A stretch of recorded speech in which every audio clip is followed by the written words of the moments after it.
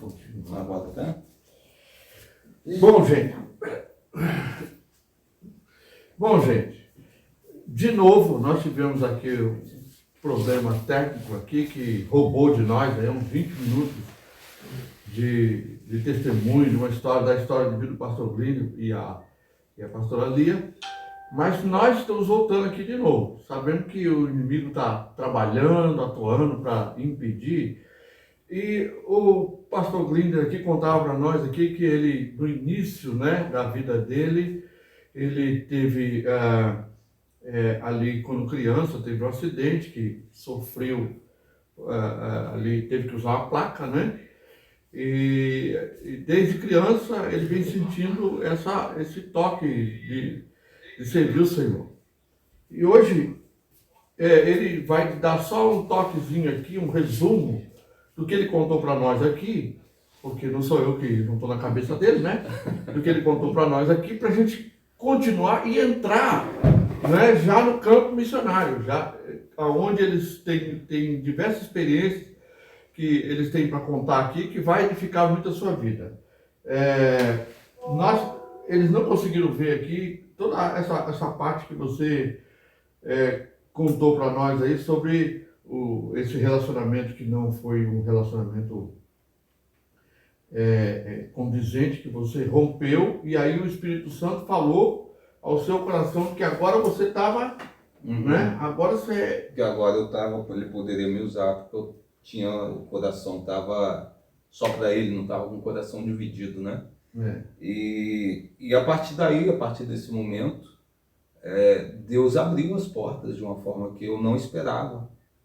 Eu me lembrei aqui, eu não contei antes, né, mas eu lembrei que antes um pouco da igreja me ligar e pedir para que eu ingressasse, fizesse a escola missionária, o treinamento missionário, eu trabalhava no aeroporto de Vitória e eu estava indo para o serviço, estava lendo um livro que me tocou muito, eu não lembro o nome, o livro dos mártires. Voz dos Mártires? Não.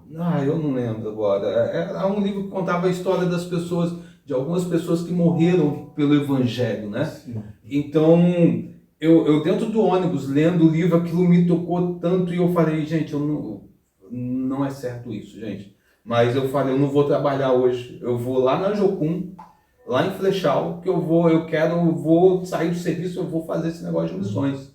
E aí eu passei pelo aeroporto, não desci no aeroporto, continuei dentro do ônibus e fui até o Jocum, era um bairro, até hoje um bairro, uma comunidade, e um bairro que eu não estava muito acostumado a andar.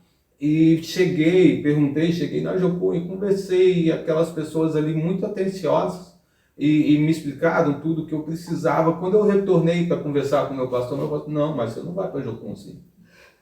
E aí eu falei, poxa vida, mas a obra do Senhor não é urgente? E aí o pastor, não é, as coisas não são desse jeito. E aí ele, como nós éramos da Igreja Batista, ainda somos da Igreja Batista Renovada, ele falou, não, você tem que ir para uma agência da Convenção Batista. E aí você tem que se preparar para isso, fazer um curso teológico. E aí eu fui me preparando, e Deus foi abrindo as portas, e até que eu fiz o treinamento missionário, e já vão aí para 15, na verdade, mais de 15 anos, 16 anos, envolvido com missões. Se contar esse tempo do treinamento aí, já dá um pouquinho mais, né? E desde então Deus nunca deixou faltar nada, sempre suprindo todas as coisas, e envolvido aí com missões, e apesar das dificuldades nunca se arrependeu. E como a gente foi impedido aqui 2 vezes, a Lia tentando contar sobre a vida dela, mas vamos voltar nela, então ela vai dar uma resumida do que ela contou aqui. Eu estava falando que eu cresci num lar cristão, né? E pais, tios, avós, pastores, né? E eu trabalhava na igreja, né? Como uma cristã, né? Fiel. Tocava bateria, cantava. Mas eu hoje, né, depois de um tempo no trabalho missionário, eu vejo que Deus também estava preparando para eu alcançar o alvo dele, né? Só você não sabia. Só eu que não sabia. Tentei fazer várias outras faculdades, mas Deus me levou para enfermagem. E eu queria tentei outras faculdades, mas nunca tentei enfermagem. E o meu pai falou, minha filha, né, vai, faz, né, porque eu tinha passado numa faculdade, eles me ofereceram fazer a enfermagem, e aí eu falei, tá, vou tentar. Meu pai falou, você é nova, se não gostar, deixa, né, faz outra coisa. E aí eu comecei a enfermagem, me apaixonei pela enfermagem, e logo no final da faculdade eu conheci o Glinder, que já estava envolvido em missões, e ele me contava essas histórias mais terríveis de missões para eu poder desistir, para ele ter certeza que eu era a pessoa certa para ele.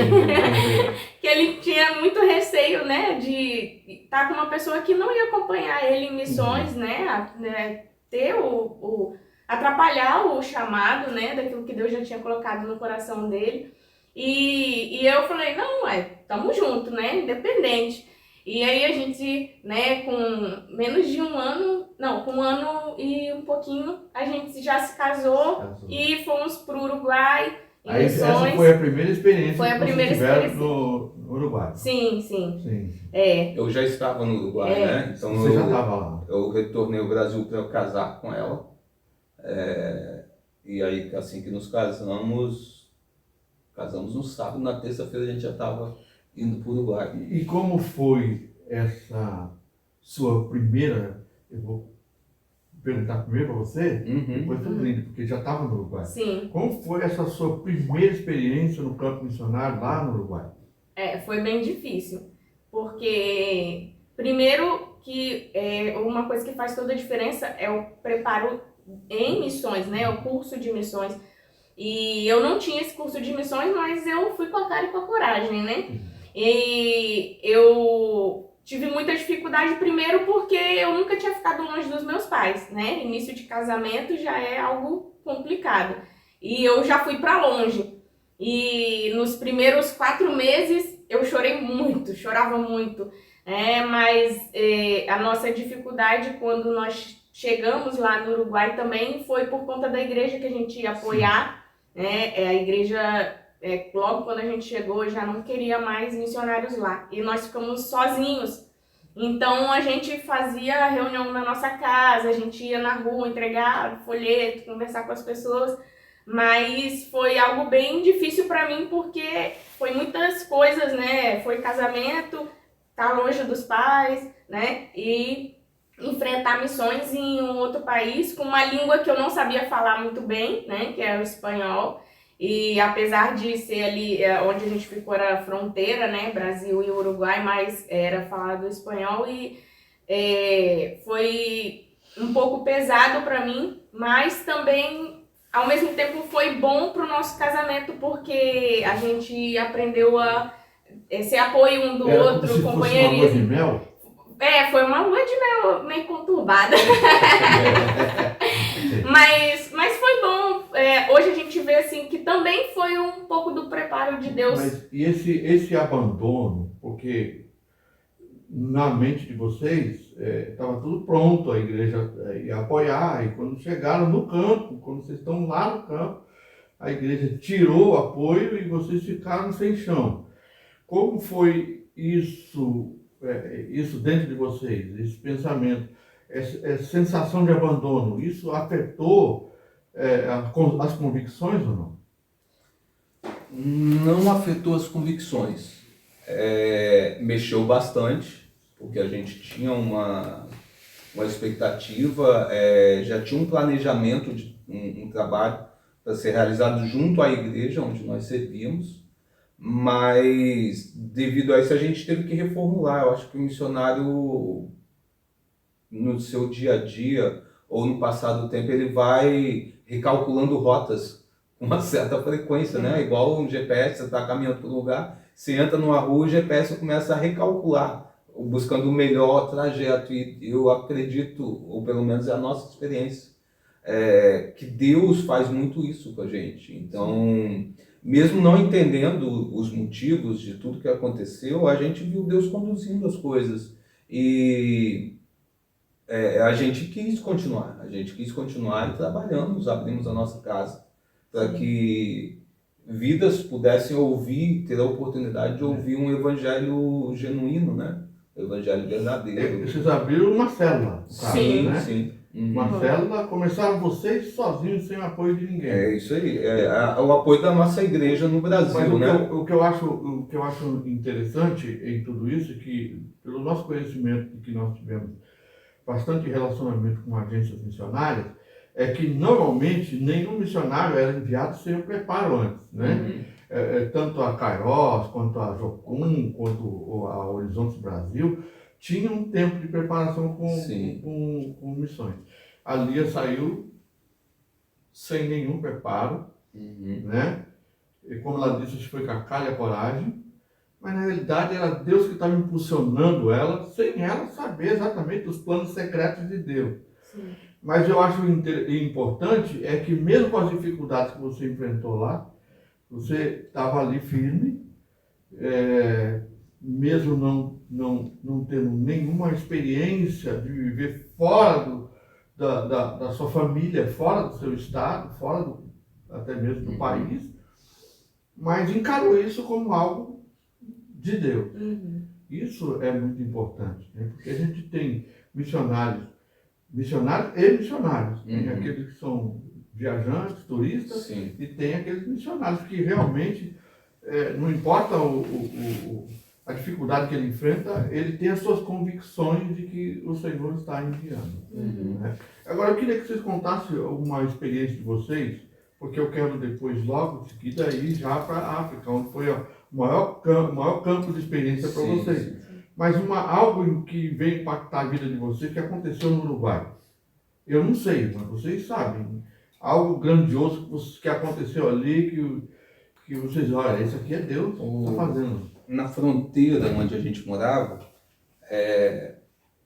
o tráfico, o uso de drogas é muito grande. Eu acho que hoje em dia está geral em todo lugar, né? E eu tinha um amigo que se converteu e ele, infelizmente, ele estava naquele processo de recuperação e ele teve uma recaída muito séria, ficou dias sumido e a família entrou em contato comigo. Eu não tinha experiência nenhuma com pessoas em situações assim, né? E quando eles entraram em contato comigo, eu pensei, e agora? O que eu vou fazer? E aí nós oramos, né? Eu e Lia, nós oramos. Ele nos apoiava, nos ajudava. A gente estava preparando algo para fazer com crianças ali, que tinha um restaurante popular perto de onde a gente vivia, que é muita criança. E ele estava nos ajudando com um painel, preparando todas as coisas assim. E ele sumiu, não conseguia mais contato, a família entrou e nós oramos e falamos. Eu falei, eu vou lá. Ele não recebia ninguém, não aceitava ninguém. A esposa deixou ele sozinho lá na casa. E aí vou eu lá, morrendo de medo, mas confiando que Cristo estava comigo ali. E eu fui até a casa desse rapaz e cheguei, chamei, e quando eu cheguei no portão eu já ouvi ele batendo nas coisas, quebrando as coisas. Ele estava muito transtornado. E eu já ali orei, intensifiquei ainda mais a minha oração ali. Ele veio me atender e ele abriu a porta para mim entrar. E aí eu entrei, tentei conversar com ele, e ele muito revoltado e quebrando coisas em casa ali. Eu ainda sem muita experiência, sem saber se aquilo era demônio ou se era só algo do físico mesmo, pela dependência da cocaína, não entendendo as coisas, ele muito revoltado com as coisas, e eu conversando, tentando acalmar ele, e até que eu convenci ele a tomar um banho para a gente sair. E quando ele entrou no banheiro, eu pensei, esse cara vai se matar lá dentro, porque ele vinha falando de se matar. Se matar. Então, e aí ele foi pro banheiro tomar banho, eu comecei a orar ali no banheiro, e ele de vez em quando dava uns socos na parede, em boxe, né? Fazia aquele barulho, e eu orando ali fora, e ele saiu mais calmo. Depois nós saímos, comemos alguma coisa, conversamos, orei com ele, e ele voltou para casa e ele falou: Glinder, olha, minha família é um pouco influente aqui na cidade. E veio várias pessoas aqui, pessoas importantes para conversar comigo. Eu não aceitei ninguém. Mas quando você chegou, eu vi algo diferente em você. Eu quis conversar com você. E eu não sabia o que ia dar essa conversa, mas olha só que bom, agora eu estou bem. E aqui vou voltar para casa, vou tentar reorganizar as coisas, colocar as coisas no lugar. E aí a gente acompanhou ele depois desse processo e ele conseguiu reestruturar as coisas. Eu tenho pouco contato hoje em dia com ele, mais online assim, e tenho visto o pouco que eu consigo falar com ele, eu tenho visto que ele está bem, está na igreja, está com a família e tem seguido em frente. Então isso foi muito marcante. Eu não tinha muita experiência com isso, era novo também na época. E eu vi o agir de Deus numa situação em que ninguém conseguia chegar até ele para aconselhar. E Deus me usou, mesmo eu não me achando capaz e morrendo de medo ali, Deus usou e é lógico, a honra é dele, né? A glória é do Senhor Jesus, nós somos apenas servos nas mãos dele. Vocês nunca tiveram a impressão que fizeram um trabalho frustrado? Não. Né? Porque nos bastidores você me contou que depois de um tempo que vocês estiveram no Uruguai, é que de repente você foi saber que tinha pessoas que você achava que não ia se converter, vocês deixaram uma semente lá? Sim. Tem amigos nossos que hoje continuam na igreja e tocam na igreja, pessoas que nós acompanhamos, que caminhamos juntos aqui. Pessoas queridas que eu tenho vontade de voltar no Uruguai para passar tempo com eles e ver como estão, né? A nossa célula era muito bem frequentada. Nós tínhamos lá um rapaz que era um traficante na rua ali onde a gente morava. Eu dei uma Bíblia para esse rapaz. Imagina a felicidade dele. Ele falou: nenhum crente nunca chegou para mim para falar comigo. Ainda mais me dá um presente, de medo. E eu falei: eu senti o desejo, eu comprei uma Bíblia em espanhol e dei para ele, ele ficou super feliz. Não sei onde ele anda, né, agora. Tinha também um casal de homoafetivo que também frequentava a nossa reunião. Tinha um senhor, não sei ao certo, mas ele era acusado de pedofilia. Então, a gente tentava levar o Evangelho, porque o Evangelho tem esse poder de transformar, né? Seja a pessoa quem for. Então, desde que se arrependa dos seus pecados e tudo mais, Deus pode transformar e fazer uma nova. Deus não escolhe as pessoas por histórico de vida. Sim. E aí, vocês voltaram para o Brasil, você estava de lá, e dali vocês foram indicados para ir para... Como é que foi isso? Essa história é engraçado, porque quando retornamos ao Brasil, apesar de termos visto a mão de Deus agindo e trabalhando na vida das pessoas, a maneira como fomos recebidos na igreja local foi como se nós não demos certo. Então, de uma certa forma, a igreja nos tratou como os missionários que nós investimos e não deu certo.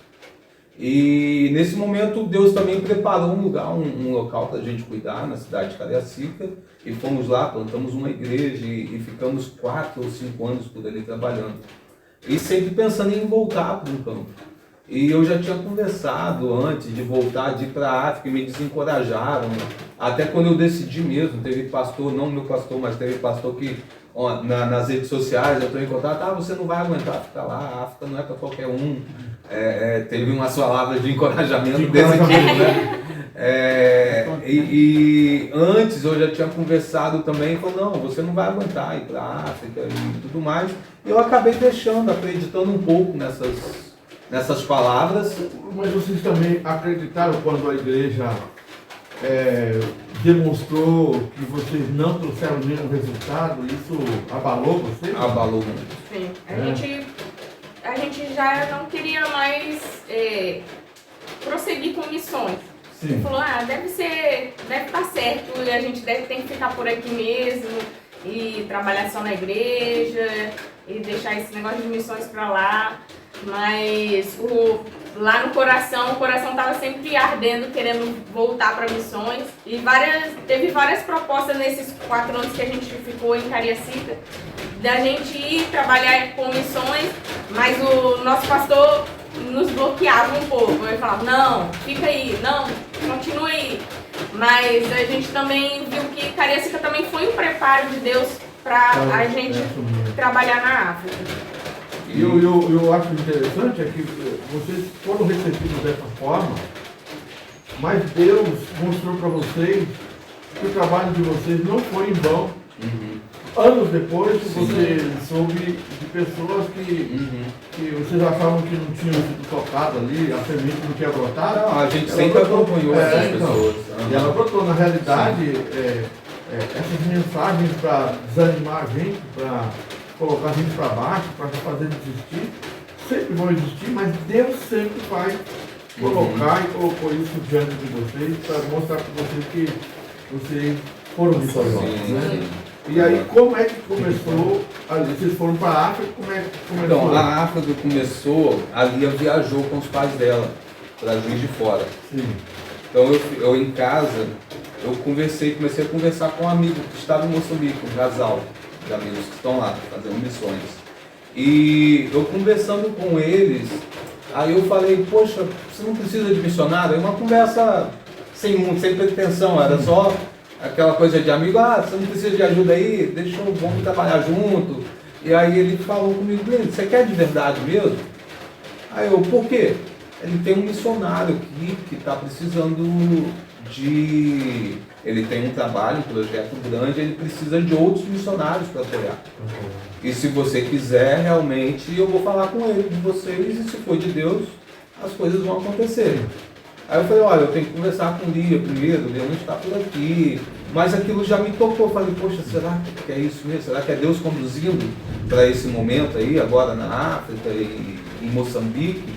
E aí, quando Lia retornou de viagem, eu falei com ela, Lia, vamos para a África?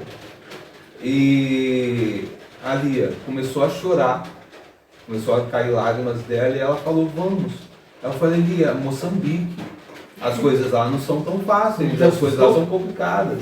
Então, nessa viagem, eu fui na igreja do meu tio em Juiz de Fora. E eu nunca tinha ido na igreja dele, a primeira vez. E no domingo que eu estava lá no culto, tinha uma missionária voltando da África. E o meu tio chamou ela lá na frente para orar por ela. E eu não entendi porquê, mas eu comecei a chorar compulsivamente. E eu fiquei até meio com vergonha na igreja. Falei, meu Deus, nunca vim na igreja, o povo vai achar que eu tô com algum problema, chorando tanto assim. E eu não tava entendendo o porquê daquele choro. Mas aí quando eu cheguei em casa, Deus mostrou o porquê que ele me tocou naquele dia. Quando ele falou de África? Quando ele falou, eu falei, bora, né? Ele falou, mas é África, você não tá entendendo, né? Eu falei, realmente eu não sei o que é África, mas eu sei que é pra gente ir. E Deus foi abrindo as portas, né? A partir foi daí, confirmando várias Deus formas. foi confirmando as coisas, a gente foi conversar, o pastor apoiou de primeira, a igreja dessa vez apoiou. A igreja apoiou, Sim. a igreja entendeu que era tempo de voltarmos para o campo. Algo que sempre guiou a nossa vida é isso também. Ouvir a liderança, mesmo às vezes não concordando, mesmo às vezes recebendo algumas palavras duras. Lógico que o pastor, hoje existe aí uma cultura de honra que é bem exagerada, essas coisas, mas a questão de ouvir a nossa liderança, eu creio que é algo de Deus, e que sempre regeu a nossa vida. Eu conjuguei certo? Eu não sei. Sim. Né? Tá. Que a gente sempre levou a nossa vida ouvindo a voz da nossa liderança, os conselhos. É lógico que também orando, ouvindo de Deus, confirmação de Deus. e a gente tentou sempre fazer as coisas sem nos rebelarmos contra os líderes que Deus colocou sobre a nossa vida, né? Então isso foi, eu creio que isso foi uma chave essencial na nossa vida, no nosso ministério, e tem sido até hoje. E me diz uma coisa, quando vocês chegaram lá na África, tá? A igreja enviou, apoiou, e aí agora vocês dois conheciam o Brasil e o Uruguai, chegaram na África. Porque falou África, mas é África. Quando vocês chegaram lá, ficaram de cara com a África, como é que foi isso aí? Quer falar? Bem, a gente estava muito feliz com aquela expectativa missionária, né? E a gente era bem mais novo do que a gente é agora. Então a gente chegou com todo aquele gás, né? Querendo fazer, querendo conhecer. Diferente de muitos missionários, de início a gente não teve aquele choque cultural tão forte, né? Até o pastor que nos recebeu lá, ele todo dia perguntava pra gente: e aí, vocês estão bem? E aí, né? Vocês já choraram muito? Já ficaram em posição fetal chorando? E a gente falava: não, a gente tá bem, a gente tá feliz, porque a gente chegou num lugar onde a gente tinha certeza que era pra gente estar. Então, teve suas dificuldades, né, em relação, é tudo diferente, né? Eu tava falando com a minha prima ontem que até o alho lá tem um gosto diferente. Então, tudo é uma adaptação. Mas a gente tava tão feliz e tão convicto daquilo que Deus tinha mandado a gente fazer e aonde a gente deveria estar, que nada assustou muito a gente logo quando a gente chegou, né? Uma cultura que vocês não tinham nem ideia de como era. Não.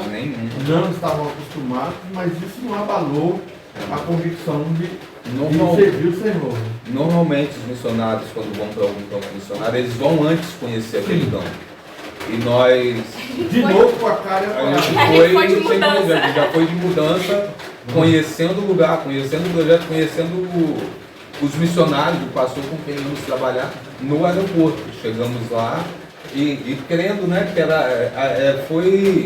eu creio que foi até um pouco parecido com Abraão. Sai da tua terra e vai para o lugar que eu te mostrarei. E assim, a gente foi, simplesmente foi. A gente não fazia ideia do que esperava a gente lá, E mas... desde aquele momento que eu conversei com Lia, que ela chorou de falar de ir para a África, até chegar em Moçambique, isso aí levou 10 meses. Então a gente não tinha pretensão nenhuma de ir para a África, então em 10 meses Deus abriu as portas, Deus abriu as janelas do céu, os recursos vieram e nós chegamos em Moçambique e Deus nos deu coisas assim que a gente nunca imaginou que iríamos viver ali. Tudo que a gente precisava. Tudo que a gente precisava. E nisso tudo a gente vê o seguinte, né, que é uma prova de que o Espírito Santo nos capacita a fazer a obra dele, Sim. mesmo que não seja algo que a gente se preparou, inclusive, como vão antes para poder conhecer, ou aquele primeiro choque não abalar tanto, mas isso não aconteceu com vocês porque o Espírito Santo ele se encarrega, né? Ele se responsabiliza de nos dar aquilo que a gente precisa quando ele nos envia para aquele lugar, e eu acho muito interessante isso, né? Ouvir vocês contarem de como foi essa experiência inicial de chegar no lugar e não sentir o choque cultural. Porque na minha mente, na minha cabeça, é tudo diferente. A pobreza, é tudo, a escassez, é tudo algo terrível que vocês vivenciaram, que vão contar com as palavras de vocês. Nós chegamos, você chegou no aeroporto, já é diferente as coisas. O clima é diferente, andando pelas ruas é tudo muito diferente. Mas como ele falou, não é que a gente não sentiu, eu acho que não é essa a palavra, mas a gente estava tão deslumbrado com aquilo que Deus estava fazendo na nossa vida, que essas coisas, essas dificuldades, essas diferenças, essa coisa de adaptação se tornou pequenininha, Sim. perto daquilo que Deus estava fazendo, sabe? E em Moçambique, nós chegamos na casa de um missionário, que ele contou algumas histórias pra gente que nós nos Dava assustamos. medo. É história de terror. Eu estava com ele no quintal e ele andava com um cinto, que eu chamei de cinto de utilidade de Batman. Que tinha um facão, tinha as ferramentas que ele usava ali. Eu falei, cara, por que você anda com isso aí? Ele, rapaz, é que você não sabe, aqui podem pular esse muro aqui, uns homens com facão na mão, e tem que estar preparado para essas coisas. Aí quando ele falou isso, eu falei, que legal, então vou chegar ali. Deixei ele sozinho lá no quintal dele, trabalhando, e fiquei lá em cima na casa dele. Eu falei, não vou ficar lá embaixo nada, tá doido. Quando a gente saía, eu ficava agarrada no braço dele, por causa que a gente achava que poderia acontecer a qualquer momento essa história que ele tinha contado. E ficava morrendo de medo, né? Mas aí até que a gente chegou e conheceu o lugar onde íamos trabalhar. Então a igreja Restaurando Vidas em Moçambique, ela tem um trabalho muito forte com as crianças.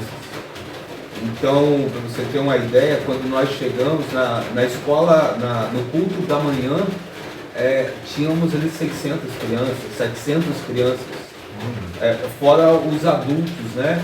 Então era uma quantidade tínhamos 2 cultos, era muita criança. E a gente foi cativado por isso, o trabalho durante a semana. Também servíamos alimentação para as crianças, refeição, um almoço para as crianças, e tínhamos atividades de ensinar a palavra de Deus, recreação com elas ali também, e além de outras atividades com mulheres, com jovens e tudo mais. Então a gente foi conhecendo tudo isso e falando, poxa, Deus está nos usando para fazer parte de algo grande. O ver aquelas crianças, alguns hoje são obreiros na igreja. O pastor que nos recebeu já estava lá em Moçambique há mais de 10 anos quando nós chegamos. Então ele já vinha trabalhando ali há um bom tempo e já estava trabalhando com a liderança, crianças que foram na igreja para estar ali brincando, para comer alguma coisa, eram líderes na igreja, hoje são pastores lá na igreja. E a língua? A língua é difícil. Apesar do idioma oficial que vai ser o português, é um português de Portugal, mas um pouquinho diferente ainda, que mistura o dialeto local. Então a gente teve algumas dificuldades.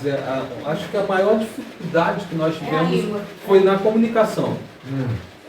Porque apesar de entenderem o português, nós, os brasileiros, nós temos, às vezes falamos uma palavra só, tem vários sentidos. Sim. E às vezes a gente quer comunicar algo, a gente fala uma palavra, não me foge agora algum exemplo, a gente fala uma palavra que o significado dela é mas a gente quer dizer uma outra coisa, e eles não entendiam muito isso.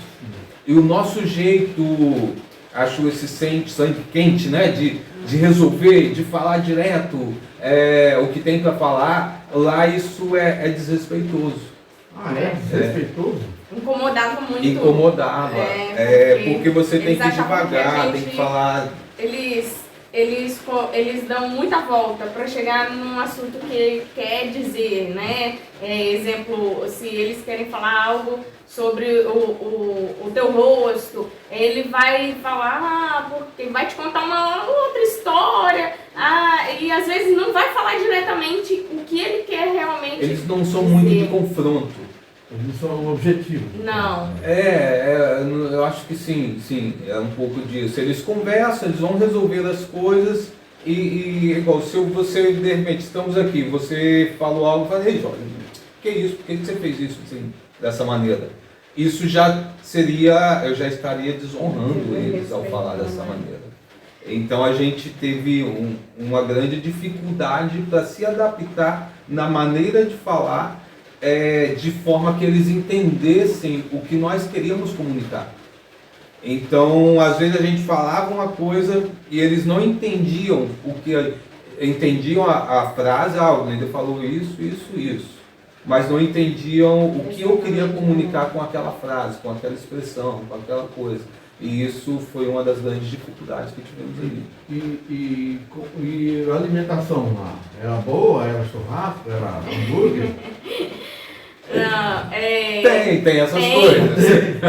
Só que Só não que é tem que tão ter bastante acessível, dinheiro, né? não é tão acessível para a comunidade de forma A geral. comunidade mesmo não tem acesso normalmente a uma alimentação como a nossa, né? Arroz, que o brasileiro sempre tem uma carninha, arroz, feijão, uma saladinha, né? O moçambicano não, né? Ele tem a folha que nasce no quintal normalmente, que é o que ele faz um molho, né? Eles chamam de caril, e o angu do milho branco, que é o que dá mais sustento, né? Que enche bastante a barriga. E a comida normalmente é essa. Quando tem uma condição, compra um arroz, mas quando não tem, é o que dá no quintal, né? Normalmente é mandioca, né? Ou é milho, ou é amendoim, e esse molho que eles fazem geralmente leva o amendoim, mas nem sempre dá, porque eles dependem da chuva para poder conseguir colher essas coisas, e muitas vezes não chove o ano inteiro, e aí a plantação não dá nada, e é quando o povo passa muita fome, né? Nós convivemos com pessoas muito carentes, pessoas muito simples, que passavam muitas necessidades. Então tinha aquele que tinha uma condição melhor e tudo, mas a maioria era pessoas que passavam até fome. E também era tudo muito caro lá, né? Lá é muito caro. Sim. Pra gente se alimentar normal, né, como brasileiro, saía muito caro. Coisa de 2 mamãos dá 15 reais, né? Então a gente via, às vezes tinha essa dificuldade também, então tinha que segurar bastante para conseguir se alimentar igual a gente come muito bem no Brasil, né? Não era tão fácil, né? Porque a comida é muito, muito cara.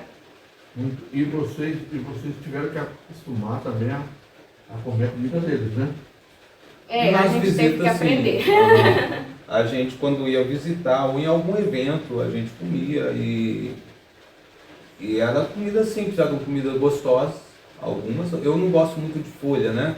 Mas lá, às vezes, eles fazem muitas folhas, folha de feijão, folha de mandioca, folha de abóbora, essas folhas assim que eu comia, lógico, em respeito e tudo mais, mas não é o meu forte, essas comidas com folha, assim. E ali eu também, né, comia mandioca, a gente, quando vai visitar, então o povo quer nos oferecer, porque eles têm... Teve algumas vezes que eu participei de comer cabeça de boi também, né?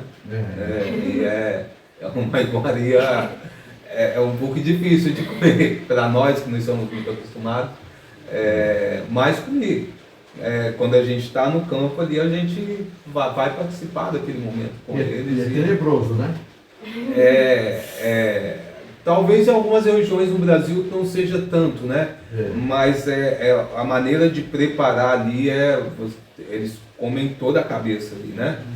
Então eles cortam tudo aquilo ali bem pequenininho, depois de cozinhar bem ali e coloca no prato junto com esse angu de milho branco, né? Que lá é chamado de chima, e a gente come aquilo ali e tem uma textura que é um pouco estranha na boca. Você não sabe o que está comendo. Isso aqui que eu mastiguei agora, isso é o que? É só o homem que come. É só o homem, né? A mulher não tem esse privilégio. Algo para o homem, é um prato especial.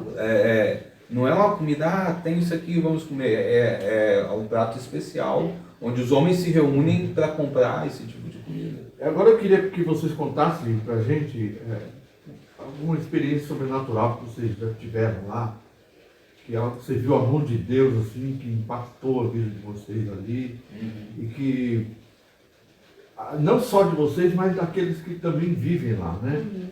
Que trouxe as pessoas para perto do Senhor. Tem um testemunho de uma irmã que eu trabalhava discipulado com ela, que é um testemunho que me toca muito, porque foi algo que eu vi de perto e eu vi ela crescendo e hoje ela é uma líder lá na igreja que a gente plantou, né? E essa mulher, o nome dela é Sidônia.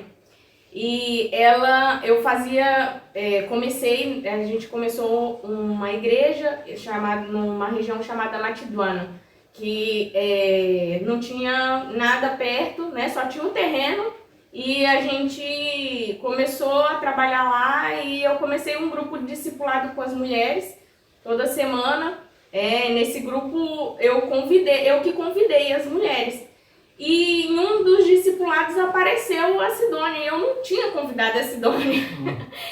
Quem convidou ela foi uma das irmãs. E no dia eu fiquei até meio assim, eu falei, quem convidou, né? Porque assim, era algo mais fechado, porque era um preparo para liderança, né?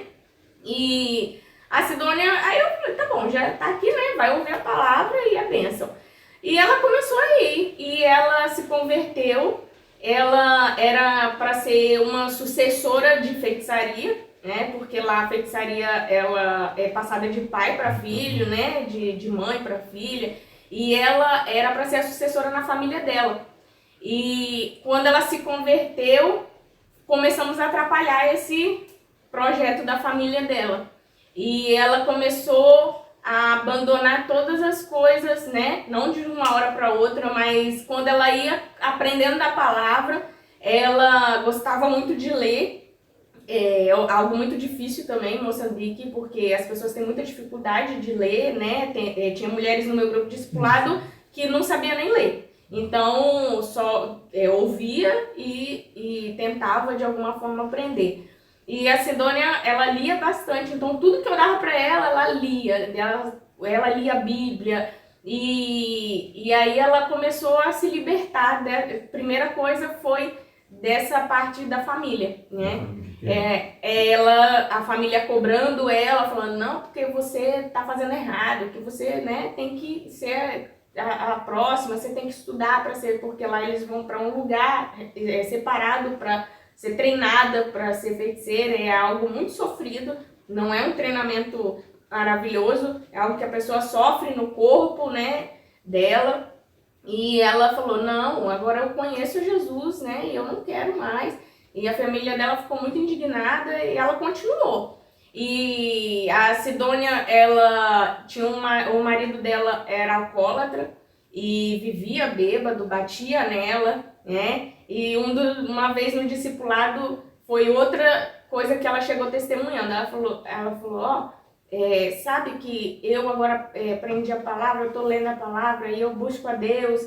E ela falou, e o meu marido que me batia já não me bate mais. E aí, no outro, andando mais um pouco, ela foi e contou uma experiência de que ela tinha um marido espiritual, que é algo muito comum lá em Moçambique também. É um espírito maligno que vai à noite ter relação com a pessoa. Nossa. E ela tinha isso e o espírito maligno ia toda noite ter relação com ela. E aí, uma das noites ela falou que, né, ela aprendeu a palavra, ela nunca falou sobre isso pra mim. Ela olhou pro lado, ela sentiu que o espírito estava ali e ela olhou pro lado e ela falou, vai embora em nome de Jesus, porque eu não sou mais sua, eu sou de Jesus. E nunca mais aquele espírito incomodou ela. E ela... A maioria lá vive isso? As mulheres? Muitas mulheres sim. e alguns homens tem também. Tem caso de homens também com mulheres, né? Mulheres espiritual. E as mulheres sofrem muito por causa disso. Eles acreditam que tem algumas coisas que a pessoa faz durante a infância ou ali na adolescência que acaba abrindo brechas, né? Na nossa linguagem, abrindo brechas para que esse espírito incomode. Coisas como brincar em cima das covas, né, do cemitério. Que o cemitério também tem alguns cemitérios familiares que é em alguns terrenos, não no local próprio do cemitério. Então eles acreditam em algumas coisas, alguns mitos que acho que no decorrer do tempo foram sendo criados, e alguns acreditam até hoje em algumas dessas coisas. E a gente vê que o inimigo acaba usando essas coisas para prender. a questão... Mas eles consideram esses espíritos como espíritos maus? Sim, sim. Que vêm durante a noite? Sim. Considera? Considero. E a Sidônia, ela se libertou disso e ela continuou firme. Ela ficou tão... ela ansiava muito por conhecer mais da palavra. E além da Bíblia, eu comecei a dar livros para ela ler. E ela lia os livros e ela se tornou, sem a gente colocar ela como uma líder, ela já se tornou líder porque as mulheres iam até ela. Porque as pessoas na comunidade viram que ela era outra pessoa. Até o marido dela, que era alcoólatra e depois se converteu através dela, ele virou para a mãe dele e falou bem assim: mãe, a Sidônia não é mais aquela Sidônia. A Sidônia é outra Sidônia. E as pessoas também, né, os vizinhos, todas as mulheres conheciam ela, falou bem assim: não, essa Sidônia que a gente vê hoje não é mais aquela Sidônia, é outra Sidônia. E esse espírito aí que ela expulsou, ele foi e não voltou mais? Não. Maravilha, né? Não voltou mais. Quando a Lia conta disso, o que eu acho muito interessante nisso é que não foi preciso fazer aquele movimento todo de expulsar, vamos expulsar, vamos fazer, entrevistar o demônio, né? Aquela coisa toda. O conhecimento da palavra de Deus. Ela conheceu a palavra, e usou a palavra. No nome de Jesus. Sim, no nome de Jesus ela foi liberta. Porque muitas pessoas acham que tem que você falar muito, né? As coisas vão acontecer. E na realidade não. E nem né? precisou ser um pastor também. Não, E o testemunho de vida dela foi transformando as pessoas que estavam ao redor dela. Inclusive, quando a gente saiu de lá, ela ficou como a líder das mulheres. E as mulheres ela já era líder das mulheres, as mulheres procuravam ela, né? O moçambicano tem muito medo de chegar até a liderança, né? Então iam até ela para ela falar comigo. E aí a gente, né, marcava de visitar, de encontrar. E o marido dela, né, é um grande testemunho da vida dela também, porque ele era um alcoólatra que batia nela, gastava o dinheiro todo que ele conseguia ganhar na bebida, e ele começou a ir para a igreja, se converteu, e antes da gente sair ele era o líder dos homens, se tornou o líder dos homens da igreja que a gente estava. Porque ele ia, buscava os homens na casa deles, falava: não, você precisa também, eu precisava e você precisa também. Então, é um testemunho que nos traz grande alegria, porque é um dos líderes que ficaram lá na igreja, trabalhando, e a gente ainda tem contato com eles, é uma bênção. Pelo aquilo que a gente vê que vocês estão dizendo, mostrando para nós, que lá as coisas são um pouco, assim, não é que é dividida, mas as mulheres, elas têm um papel ali com as mulheres e os homens com os homens. Sim, sim. Não é dividida essa parte de liderança das mulheres, ela trabalha com a mulher e os homens trabalham com os homens. E dentro desse contexto de trabalhar com os homens, você também tem alguma experiência aí para contar para nós que aconteceu de maneira sobrenatural? Eu trabalhei muito com jovens. Sim. Nós trabalhamos, né? Foi um período muito gostoso e nós vimos a juventude crescer bastante nesse período. E não envolve nada disso, assim, mais de espíritos ou coisa do tipo, mas o jovem, em Moçambique, normalmente ele não tem pai, ou aquele presente, né? Sim. Aquele pai presente. que geralmente é o cara que foi lá, fez e o menino se cria, vai aprendendo a viver sozinho. Então a gente tirava tempo em casa para passar com esses jovens, alguns rapazes, ali com os meninos, e isso não é coisa da igreja, na cultura também. Você vai ter um evento, você vê que os homens, dificilmente, ou em poucos casos, que fica o marido e a mulher junto, um grupo misto de homem e mulher conversando. Até as danças, né? Até as danças, tem a roda das mulheres e a roda mulheres, dos homens. É cultural, É é tudo, um pouco é cultural, tudo. assim. É. Os homens ficam lá conversando, não, é assunto de homem, aqui as mulheres. É porque a gente viu que aí a cabeça de boi são É, homem e é, mulher, né? Então aham. tem essa divisão, né? Sim, sim. Então, acompanhando Lá não alguns tem desses... trabalho de casais, por exemplo? Nós Sim. fazíamos. Fazíamos, Aham, né, mas- sim. A gente tentava mesmo quebrar um pouco de disso, casais, porque era um pouco exagerado.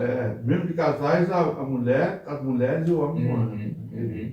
Então, tinha um jovem, tem um jovem na igreja que a gente se aproximou muito dele.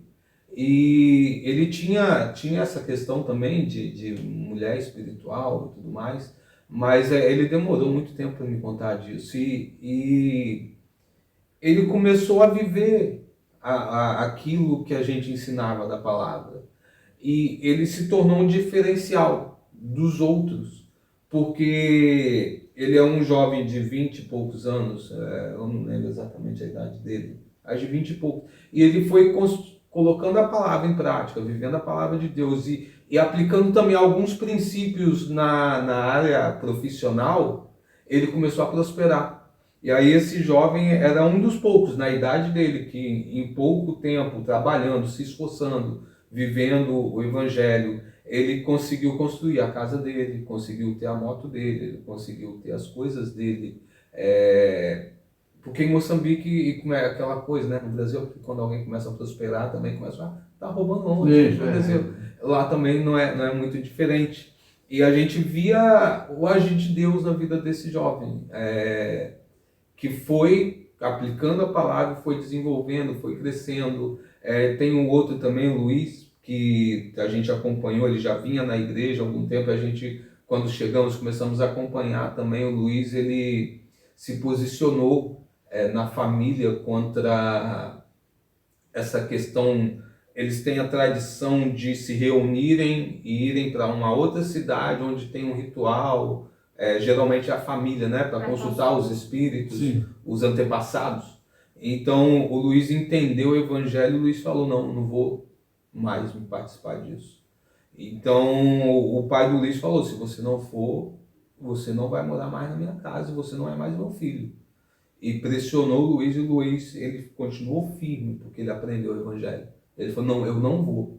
E não foi. E o pai cumpriu, o pai expulsou ele de casa e não o considerava mais como filho. E quando isso acontece, acredita-se que essa pessoa está amaldiçoada, que não vai conseguir se dar bem na vida, que não vai prosperar, que as coisas não vão mais andar na vida dele. E o Luiz prosperou. Luiz casou.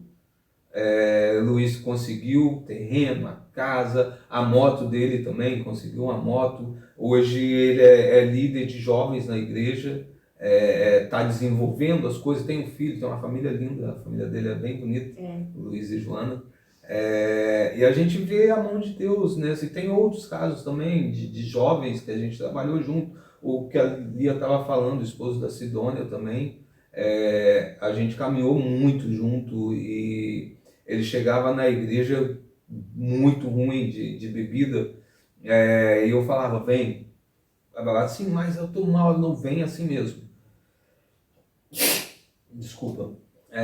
Eu falava, vem assim mesmo, pelo menos você está ouvindo a palavra, você vai ser transformado. Teve momentos que eu cheguei e falei, cara, olha, a tua vida pode ser mudada por Deus.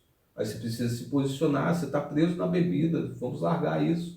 Até que ele tomou uma posição e realmente entregou a vida a Cristo. E a gente foi vendo ele desenvolvendo, ele trabalhando, ele caminhando de mão dada com a esposa. A gente não vê muito isso lá. Geralmente o homem está na frente, a mulher atrás, com os filhos. A mulher com todo o peso, às vezes com ele andando do lado, caminhando um gás na cabeça e o homem lá na frente. Na igreja, geralmente a mulher senta de um lado e o homem do outro. Não que a gente impunha isso, mas era da tradição, e a gente tentava quebrar isso, e a gente fala, não, olha, senta do lado da tua esposa, e ele sentava ali, e Deus mudando, né? O evangelho É tremendo, o evangelho. Eu imagino que isso, de certa forma, choca eles, porque eles não estão acostumados com isso, né? Não é uma mudança. É. E a gente, muitas vezes as pessoas pensavam que, vocês estão trazendo a cultura do Brasil para cá. E a gente falava, não, é o evangelho é de Cristo, é a cultura do céu. Cultura do céu. Não é cultura moçambicana, americana, brasileira, é cultura de Deus. E a gente precisa viver isso aqui. Quantos por cento do povo lá que tem envolvimento com feitiçaria? Em termos percentual? Eu não sei te dizer nessa questão, em números, mas é algo muito comum Faz parte da cultura. Então, eu estou perguntando. Eu não sei porque precisar. Como igreja, você planta uma igreja e as pessoas vêm e começam a participar da igreja, elas não misturam isso, o culto a Deus e ao culto deles lá, Sim, da feitiçaria? Tem um sincretismo muito grande. É o sincretismo religioso. Porque o ir na igreja, eles falam, eu rezo na igreja tal. O termo é esse que eles usam. Então, o ir na igreja é só aquela coisa de cumprir a minha obrigação de participar de um culto religioso no domingo, para muitos. Isso qualquer... É mera coincidência. Então, tem gente que está na igreja ali no domingo, todos os dias de culto, mas também vai lá bater o tambor com curandeiro, com feiticeiro. Tem pessoas que estão ali na igreja, mas saiu da igreja, para no bar e enche a cara. Sim. Tem esse tipo de pessoa. Só que quando conhece, entende o evangelho, vai mudando, vai abandonando essas coisas. Eles têm o costume de consagrar as crianças quando nascem. E aí chega, às vezes, na igreja com um fiozinho com um couro de animal. Aí, como o feiticeiro que ele foi não está resolvendo o problema, a doença, às vezes algo da criança, aí chegavam para mim, né, como enfermeira, e queriam a minha ajuda de medicamentos e tudo. E aí eu aproveitava e falava, não, então tira isso aqui, né, tira essa fitinha e aí a gente vai conversar. Mas tirar essa fitinha, tirar isso que eles fizeram no feiticeiro, é ir contra toda a família. Então, porque exemplo, as crianças têm muita morte infantil, porque quando sai da maternidade, eles fazem comida da panelinha. O que é essa comida da panelinha? É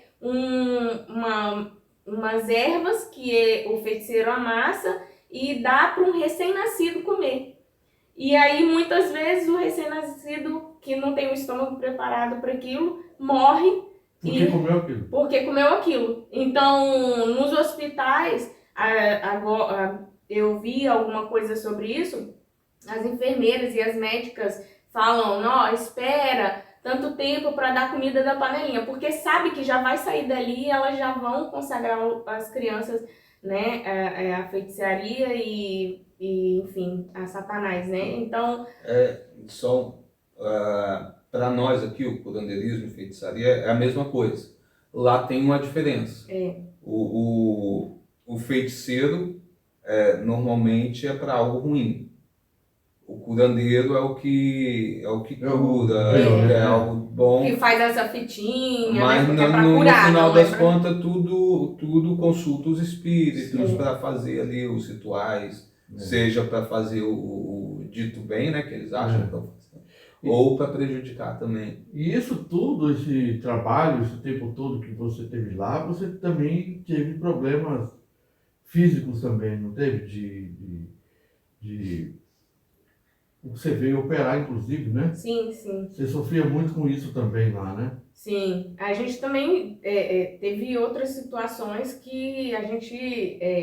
teve uma vez que eu tive uma infecção intestinal, né? Por conta muito calor, comi uma comida que não fez bem e fui parar no hospital e com muita dor, né? E aí nenhum remédio que eles estavam colocando na minha veia, né, fazia efeito, né? A medicação muito ruim E até que foi 3 médicos, não resolvia, e aí queriam me internar. Só que para me internar lá era muito caro. E aí a Em gente... Joanesburgo. Não, Na Moçambique mesmo. Moçambique mesmo. Aham. E aí, aí a gente, eles falaram assim, não, você tem que ficar internada para de manhã o cirurgião vir te avaliar. E aí ele virou para mim e falou assim, Lia, é tanto para poder você ficar internada aqui, tinha que dar um calção lá para poder ficar internada. E eu falei, não tá resolvendo o que eles estão colocando na minha veia, e eu com muita dor. Eu falei, vamos embora. Ele falou, mas se você piorar? Eu falei, Deus sabe. A gente vai e Deus vai cuidar, e se a gente vê que tem a necessidade, a gente volta. Mas vamos embora. E aí a gente foi pra casa e colocamos todo mundo, família, todo mundo orando. E eu fui com os medicamentos orais mesmo, fui melhorando. Mas assim, foi uma situação que a gente teve que colocar a fé em prática ali para poder sair do hospital, no estado que eu tava muito, muito mal, até emagreci muito, né? Foi uma noite bem difícil. O médico nem gostou quando eu fui falar com ele que minha esposa não ia ficar, e ele achou muito ruim e quis tentar me convencer de todo o curso de não levar a Lia. E eu tive que assinar um termo, né, de responsabilidade, e ele falou, e se sua esposa ficar ruim, piorar, ou vier a morrer? Aí eu falei com ele, doutor, Deus vai cuidar dela, Deus vai cuidar da minha esposa, nós cremos em Deus e Deus pode fazer, eu não tenho condições Na realidade, de pagar esse dinheiro. né? Foi. O livramento de Deus, né, Sim. nessa questão também, né? Eu não sei de que oração, eu não sei se a gente já está, você pode ver para mim, nós vamos ver a hora aqui para ver se nós não estamos passando do tempo. 20h33. Tá? 8h33. 8h33, né? Então, já chegando no nosso final aqui, tem muita coisa aqui, muita experiência que eles tiveram lá. Se eles fossem colocar aqui toda a experiência que eles tiveram na África, nós já vimos algumas coisas aqui que já deixam a gente chocado. Eu imagino que deve ter muito mais coisas e a gente precisaria de um tempo muito maior para a gente poder passar isso, transmitir isso, né? Eles não vão ficar aqui em São Paulo na semana que vem, já estou indo embora, né, para casa. Ela veio fazer a cirurgia aqui e eu sei que Deus já tocou nela, já está boazinha. Eu estou preocupado, inclusive, com ela aqui esse tempo todo sentada aqui. Ela veio de uma cirurgia, né? E uma cirurgia meio complicada. Mas eu creio que Deus colocou algumas coisas aqui que são importantes, né? Que vocês narraram aqui sobre até mesmo essas situações de espíritos que vêm à noite. Eu acho que, inclusive, tem muitas mulheres aqui no Brasil, mulheres que já tiveram esse tipo de experiência aqui. Não é costumeiro, igual lá, mas já tiveram esse tipo de experiência, saber que isso acontece mesmo, né? Sim. De vir o espírito, né? E normalmente tem algumas que contam que ele vem, depois ele vai embora quando expulsa, mas depois ele volta. Por isso que eu perguntei sobre essa questão dele, não voltou mais. Ela foi uma palavra poderosa que ela deu. Eu gostaria que você pudesse, Clíndia, depois a Lia, dar um recado aí para o nosso pessoal aí, algo de Deus, que Deus colocou no seu coração, para falar com o pessoal que está nos assistindo aí, sobre a sua experiência, sobre aquilo que Deus ainda tem a realizar, porque vocês ainda vão para outro lugar, né? Sim. Estão planejando ir para Bolívia, né? Isso aí. E eu sei que Deus está guiando a vida de vocês com relação a isso. Então, quando a gente pensa em missões, né, às vezes nós caímos no erro de pensar que tem alguns escolhidos para fazer a obra de missões. E missões é um chamado de todo cristão. Não é só de alguém especial, até porque não somos especiais. O missionário não é super crente, não é super homem, não é gente igual a você, igual o Jorge, igual a Lia, gente que vai no banheiro, gente que tem necessidade, gente que chora, gente que precisa às vezes ligar e chorar no ombro de alguém, abrir o coração e desabafar. E aí a gente às vezes pensa, porque ele vai e faz essas coisas todas, ele é o máximo, ele é forte, ele pode. Não podemos, é Deus que pode. Sim. É Jesus que nos capacita. E assim como ele nos usa, ele pode te usar também. Talvez não em outro lugar ou em outro país também, porque não? Mas quando nós entendemos que viver para Cristo é viver em missões, missões locais, missões cumprir o ID de Jesus, Em qualquer lugar. a missão é pregar o Evangelho, missões é aquilo que a gente faz para cumprir esse ato de pregar o Evangelho. Então, todos nós podemos fazer, seja onde estivermos. Então, indo pelo mundo, prega o Evangelho. Indo trabalhar, prega o Evangelho. Indo estudar, prega o Evangelho. Com a vida, com a tua experiência. Talvez você não tenha conhecimento teológico, não precisa. A tua experiência com Deus já pode tocar muitas pessoas. Sim. É lógico, busque o conhecimento também, que vai te ajudar muito.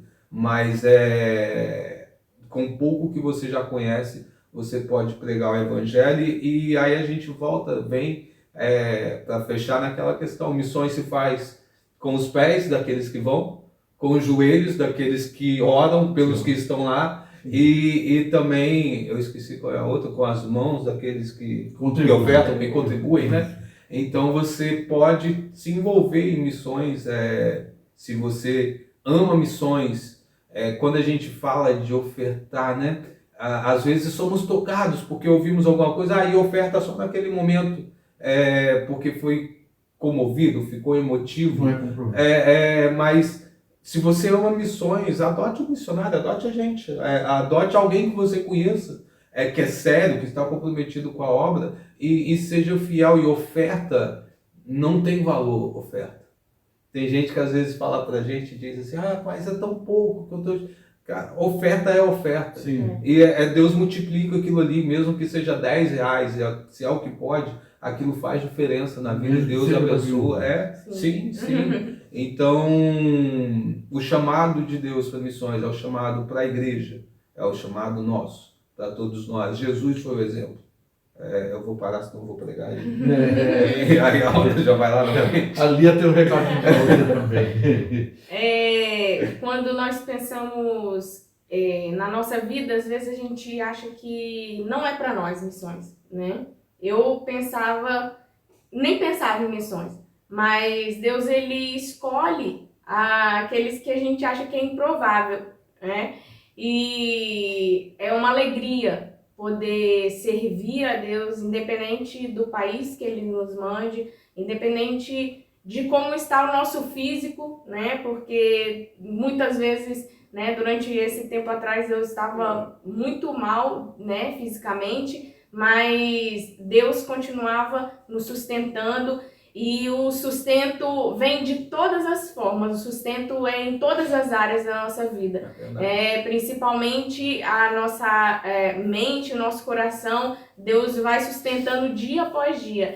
E eu creio que Deus tem chamado os jovens. Os jovens têm se ausentado muito de querer ir para missões pelo medo, né, de sustento, pelo medo do que vai enfrentar. Mas saiba que Deus, Ele é aquele que chama e Ele é aquele que sustenta. É algo que Deus sempre fala ao meu coração. Antes de ir para a África, deu muito medo, mas Deus falava no meu coração, não tenha medo, não vai te faltar coisa alguma. E nunca me faltou nada. E Deus, Ele sempre nos sustentou nos mínimos detalhes.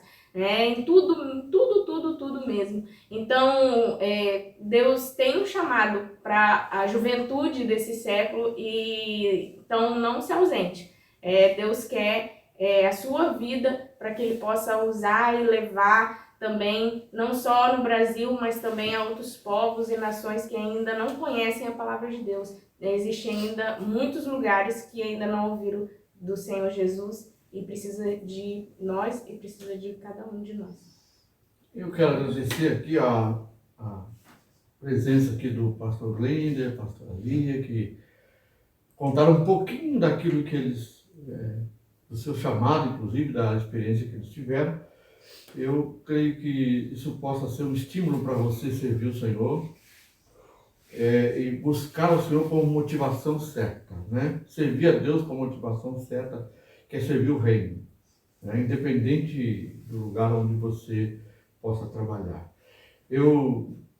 Como disse antes, nós vamos depois salvar nosso podcast no nosso canal do YouTube. Vai estar lá. Se você puder, né, compartilhar isso com os seus irmãos, até mesmo vocês que estão no Facebook, compartilha o máximo de pessoas que você puder compartilhar. Você vai estar fazendo a obra do Senhor. Quando você compartilha, quando você usa a internet para compartilhar um testemunho, um culto ou um podcast, você está fazendo a obra do Senhor. Porque você está passando adiante aquela palavra que pode gerar vida em outro lugar, né? Então você é um instrumento de Deus. Não pense que você tem que ter um chamado específico para ser um instrumento. Seja servo. E servo é aquele que serve ao Senhor em qualquer lugar. Tem muita gente querendo ser muito, mas eu não vejo pessoas querendo ser servo, né? Então, a gente, antes de tudo, antes de ser pastor, antes de ser missionário, é servo, é chamado para servir. Então, que você possa compartilhar, passar isso para os seus irmãos.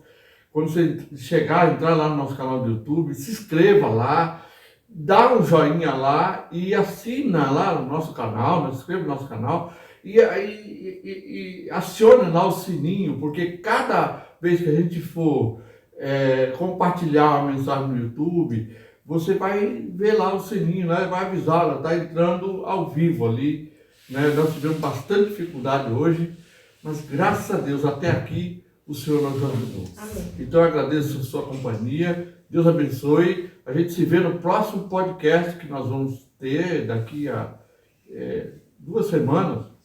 E espero que você tenha sido abençoado em nome de Jesus. Olha, eu vou sair do meu lugar aqui só para desligar lá, porque hoje eu estou sozinho, né? Então eu vou lá desligar, mas eu agradeço, te dou um tchauzinho. Até mais. Amém?